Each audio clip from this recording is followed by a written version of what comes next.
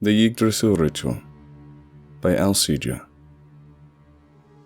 By now you've probably heard of the elevator game. It's a ritual that supposedly originated in Korea. If done properly, it will take you to a new world, an ethereal world where you will see a neon cross in the distance whilst finding yourself surrounded by the voices of the dead. But fewer people are aware of a similar ritual known as the Yggdrasil Ritual. The Norsemen of long ago believed that the world we lived in is one of many worlds on a great ash tree called Yggdrasil. There is a way to use an elevator to reach one of these worlds.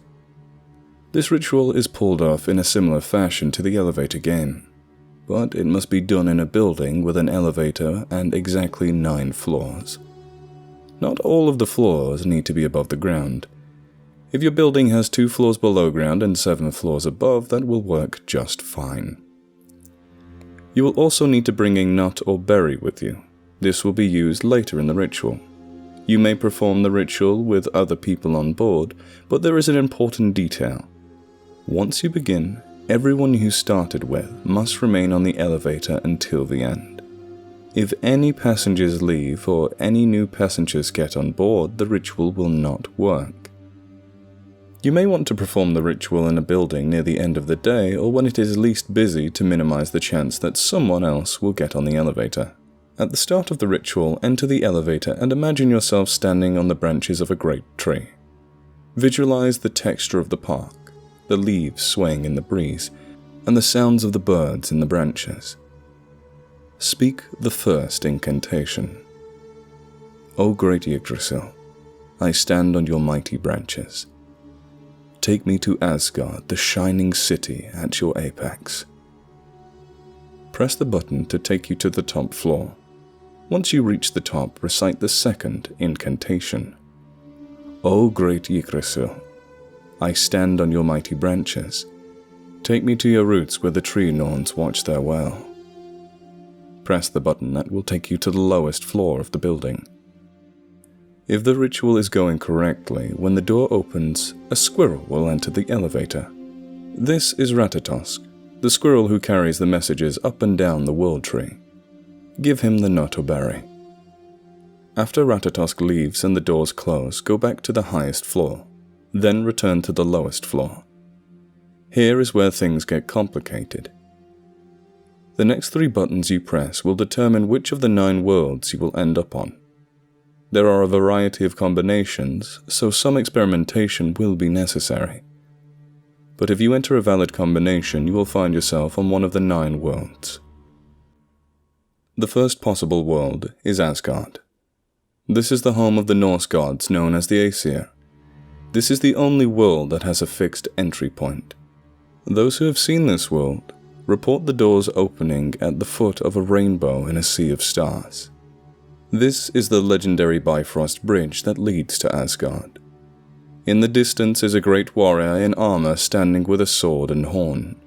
This is Heimdall, the watchman of the gods. He will fix his gaze on you. Make no mistake, he is aware of your presence. They say he can hear the sound of grass growing on earth, so hearing your breathing in an elevator a few hundred feet away will be no problem. You might also catch a glimpse of the other Norse gods coming or going. The second possible world is Vanaheim. This is the home of a group of gods known as the Vanir. Reports indicate that entry points to this realm open into a meadow or farmland. The deities that reside here are associated with peace and fertility. The third possible world is Alfheim.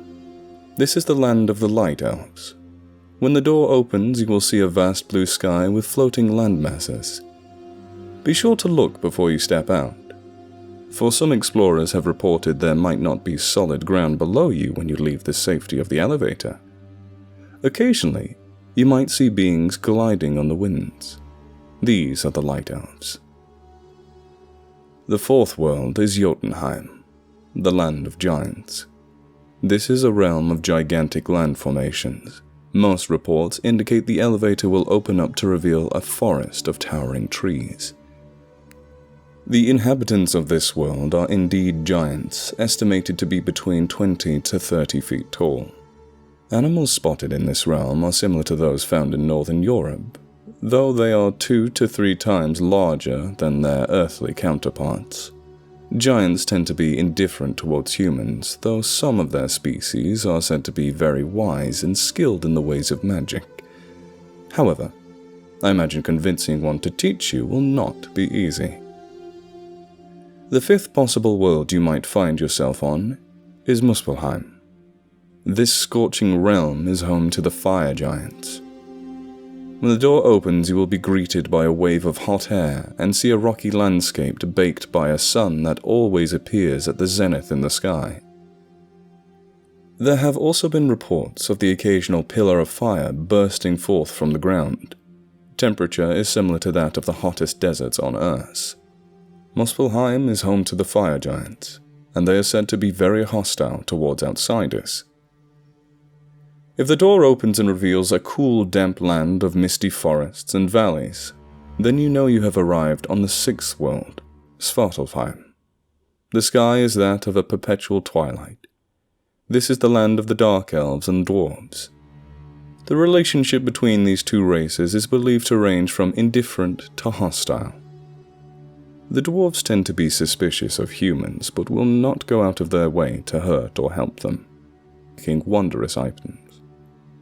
According to Norse mythology, dwarves are skilled blacksmiths, capable of making wondrous items. However, there are stories of people double-crossing these beings and paying a grave price for it. The Dark Elves are more enigmatic, so if you deal with one extreme, caution is advised. The seventh realm is Niflheim.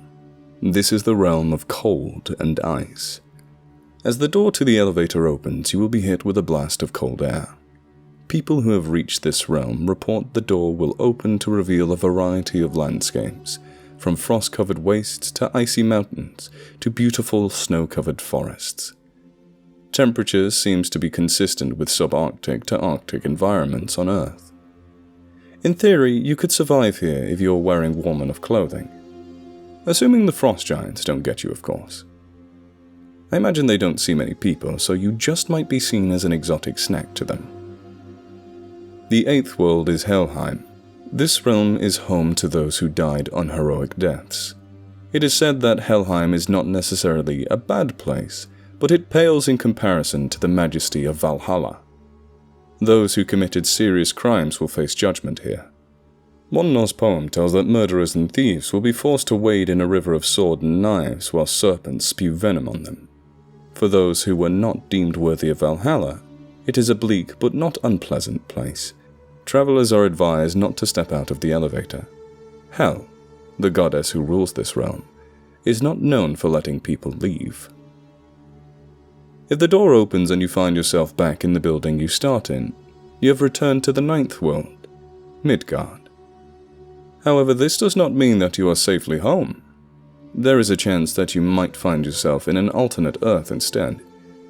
People who have survived the ritual and have been to these alternate realities report the year is the same as the year they performed the ritual, but some major historical events never happened or unfolded differently.